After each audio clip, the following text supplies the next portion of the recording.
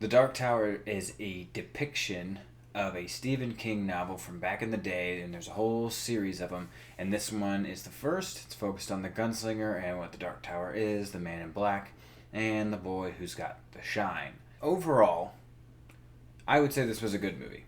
I enjoyed myself. It had its moments, but I had a good time. I ruined it for myself when I saw reviews early on that said that it was a little short. So I went in thinking that it was going to be a short movie.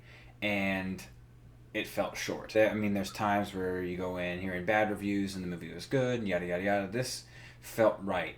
A lot of events felt rushed to me. A lot of things went from 0 to 100 really, really quick, or we had some elements that would happen and then immediately just flip and be resolved or otherwise. A few times, Idris Elba's character, the gunslinger, was injured or something happened to him, and you're like, he's down and out, and then he is literally fine. Totally fine. I don't know much about the book. I didn't read it.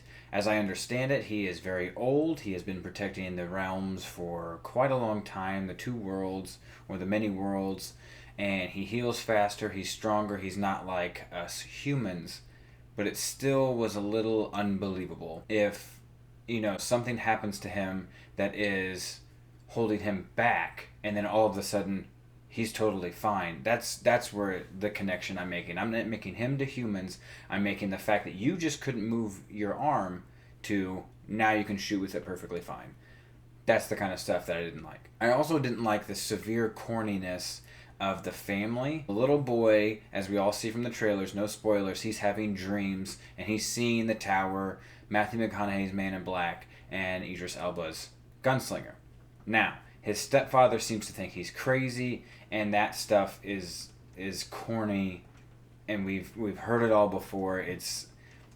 The acting is all right, but that part of the movie was the one part of the movie for me that was a little almost unbelievable because of how it was being portrayed. Once we get to the other realm, which again, no spoilers, we see that in the trailer that the boy who can see these things travels to the other world. Again, events happen very, very quickly. So from the time he gets to the world, meets Idris Elba, and shit starts hitting the fan is very quick. I understand that this is a big book and you got to get it all done, but I think we are okay with having longer movies to more accurately depict the book. We are also okay with splitting the movies up.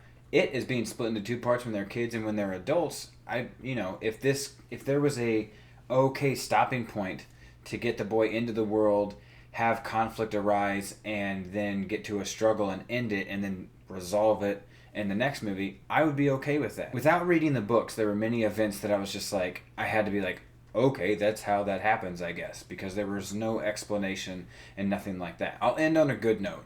It was still a good movie. They did a really good job with the music and making moments feel tense. In movies like this, and with the darkness that's involved in the story and what's going on, they really bring you into the moment. I thought they did that really, really well. There was many scenes that were very high tension in the sense of what Matthew McConaughey's character was trying to do, or later on, if Idris Elba, again, we see it in the trailer, no spoilers, where he closes his eyes and he shoots just by listening.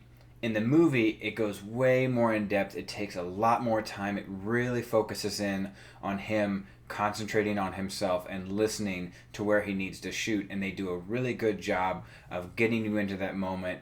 Your heart starts pumping. You can feel it. They do a really, really good job with that. The gunslinger, Idris' character, it was a badass. It was awesome to see him do what he does and fill it fast and shoot and never miss and that kind of stuff. I mean, that was really entertaining. The boy, his acting was good. He held some weight in the story, so he was fun to watch. Matthew McConaughey was pretty monotone the whole time. He kept that level of whisper and creepiness. It was just that the whole time. He never raised his voice. He never did anything else. He was just him the whole time. But he came off as creepy. He came off as dark. I don't remember the line what we saw from the trailer where he's like, "Is he like the devil?" No, he's worse. I don't remember seeing that. I don't think that was in the movie.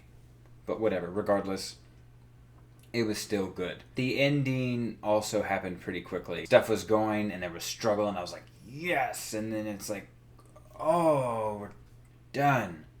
All right. Good job, team. Again, guys, I had a good time.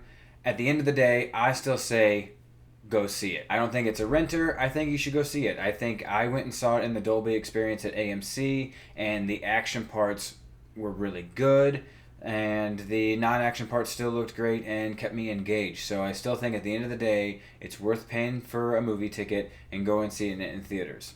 Thanks, guys. As always, fill up those comments below. Let me know what you thought of the movie, and I'll talk to you again real soon.